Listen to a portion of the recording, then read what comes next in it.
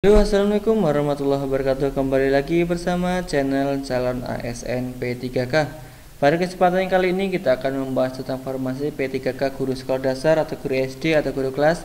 Bagi teman-teman yang barusan bergabung, jangan lupa subscribe channel ini guna untuk mendukung kemajuan channel ini. Bagi teman-teman yang sudah bergabung dan sudah subscribe, saya ucapkan terima kasih dan jangan lupa bunyikan loncengnya untuk mendapatkan update terbaru.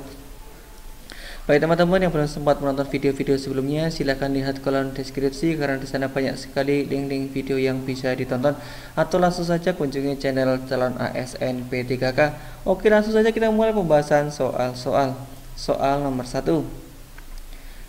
Perhatikan ciri-ciri berikut: 1. Bernafas, 2. Bergerak, 3. Memerlukan makanan, 4. Tumbuh, 5. Berkembang biak atau reproduksi, 6. Peka terhadap rangsangan, 7. Mengeluarkan zat-zat sisa atau ekskresi, 8. Adaptasi, 9. Membutuhkan nutrisi atau energi, 10. Mengalami metabolisme, 11. Mengeluarkan gas. Berdasarkan ciri-ciri di atas, manakah yang tidak termasuk ciri-ciri makhluk hidup? A. Peka terhadap rangsangan, B. Reproduksi, C. Mengeluarkan gas, D. Bergerak dan bernafas. Dari keempat pilihan tersebut, jawaban yang paling tepat adalah C. Mengeluarkan gas. Soal nomor 2. Pergerakan bunga matahari sering disebut sebagai heliotropisme. Kepala bunga matahari akan menghadap ke timur saat fajar setiap untuk matahari terbit. Matahari terbit saat kepala bunga matahari mulai terbit bersamaan.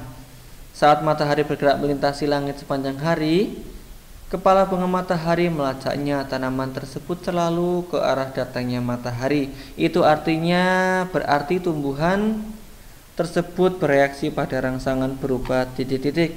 A. Hembusan angin pagi, B. Fotosintesis, C. Sentuhan, D. Cahaya matahari. Dari keempat pilihan tersebut, jawaban yang paling tepat adalah D. Cahaya matahari. Soal nomor 3. Respirasi salah satu metabolisme primer yang merupakan proses esensial bagi kehidupan tumbuhan. Proses respirasi mengeluarkan energi kimia adenosin trifosfat atau ATP sebagai penggerak respirasi. Proses respirasi sesungguhnya adalah proses titik-titik. A. Menghirup CO2, B. Menghirup O2 dan mengeluarkan CO2, C. Melepaskan oksigen, D. Melepaskan O2 dan menghirup CO2. Dari keempat pilihan tersebut, jawaban yang paling tepat adalah B. Menghirup O2 dan mengeluarkan CO2. Soal nomor 4. Perhatikan taksonomi berikut ini. 1. Kerajaan atau kingdom, 2. Filum atau hewan, filum untuk hewan dan divisi untuk tumbuhan, 3. Kelas, 4. Ordo, 5. Familia, 6. Genus, 7. Spesies. Urutan takson yang tertinggi sampai yang terendah adalah titik-titik. A. Kingdom, Class, Division, Order, Familia, Genre dan Art. B. Kingdom, Filum, Class, Ordo, Familia, Genus dan Spesies. C. Spesies, Ordo, Genus, Familia, Class, Division dan Kingdom. D. Kingdom, Division, Class, Order, Family dan Spesies. Dari keempat pilihan tersebut, jawaban yang paling tepat adalah B. Kingdom, Filum, Class, Ordo, Familia, Genus dan Spesies. Soal nomor 5. Termometer adalah alat yang digunakan untuk mengukur suhu. Istilah termometer berasal dari Latin termo yang arti panas dan meter yang berarti untuk mengukur. Prinsip kerja termometer ada bermacam-macam. Cairan yang paling umum digunakan adalah termometer titik-titik. A. Air raksa, B. Air glukosa, C. Asam cuka, D. Kalium karbonat. Dari keempat pilihan tersebut, jawaban yang paling tepat adalah A. Air raksa. Soal nomor 6. Lensa cekung sudah sering kita gunakan dalam kehidupan keseharian. Sadar atau tidaknya, kita sering menggunakan lensa cekung. Salah satu adalah sendok stainless. Bagian dalam sendok akan membentuk cekung, sedangkan bagian luar sendok akan membentuk cembung. Sifat dari lensa cekung adalah divergen. Lensa cekung disebut juga lensa negatif karena sifat bayangan akan selalu titik-titik. A. Maya tegak diperkecil, B. Maya tegak diperbesar, C. Maya terbalik tegak diperkecil, D. Nyata tegak diperbesar. Dari keempat pilihan tersebut, jawaban yang paling tepat adalah A. Maya tegak diperkecil. Soal nomor 7. Perhatikan data berikut ini. panjang, massa, waktu, kuat arus listrik, suhu, intensitas cahaya, dan jumlah zat. Yang merupakan besaran pokok adalah titik-titik A1, 2, 3, 4, dan 5, B1, 2, 4, 5, 6, dan 7, C1, 2, 3, 4, 5, 6, dan 7, D1, 3, 4, 5, 6, dan 7. Dari keempat pilihan tersebut, jawaban yang paling tepat adalah C, 1, 2, 3, 4, 5, 6, dan 7. Soal nomor 8. Alat ukur panjang yang pertama yaitu mistar atau penggaris jangka sorong. Ada berapa bentuk mistar atau penggaris? Diantaranya bentuk segitiga, siku-siku, lurus, dan busur.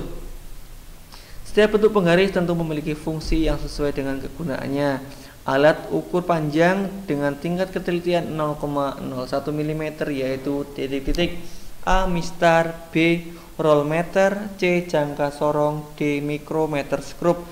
Dari keempat pilihan tersebut, jawaban yang paling tepat adalah D mikrometer skrup.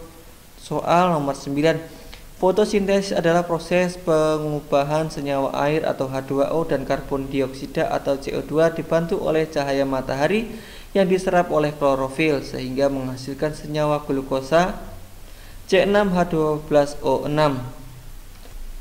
Glukosa yang dihasilkan selain digunakan langsung oleh tumbuhan juga akan disimpan dalam bentuk makanan atau buah. Agar dapat menghasilkan makanannya sendiri, tumbuhan hijau membutuhkan titik-titik A oksigen dan karbon dioksida, B oksigen dan air, C karbon dioksida dan air, D karbon dioksida dan zat gula. Dari keempat pilihan tersebut, jawaban yang paling tepat adalah C karbon dioksida dan air. Soal nomor 10. Kemampuan makhluk hidup untuk menyesuaikan diri dengan lingkungan hidupnya. Penyesuaian ini berupa bentuk tubuh, penyesuaian tingkah laku, dan penyesuaian bentuk tubuh. Berikut ini yang termasuk bentuk adaptasi dari tumbuhan gurun terhadap lingkungannya, yaitu titik-titik A. Daun lebar dan berwarna hijau, B. Batang tanaman tipis dan kering, C. Tanaman berupa daun berupa duri, C. Mempunyai kelenjar madu. Dari keempat pilihan tersebut, jawaban yang paling tepat adalah C. Daun berupa duri. Soal nomor 11. Manusia memiliki 5 panca indera dasar yaitu sentuhan, penglihatan, pendengaran, penciuman, dan rasa. Panca indera adalah penghubung antara manusia dengan dunia dan sekitarnya.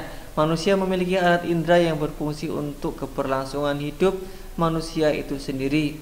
Salah satu alat indera manusia yang berfungsi sebagai alat indera peraba yaitu titik-titik A. Kulit, B. Hidung, C. Telinga, D. Lidah. Dari keempat pilihan tersebut, jawaban yang paling tepat adalah A. Kulit.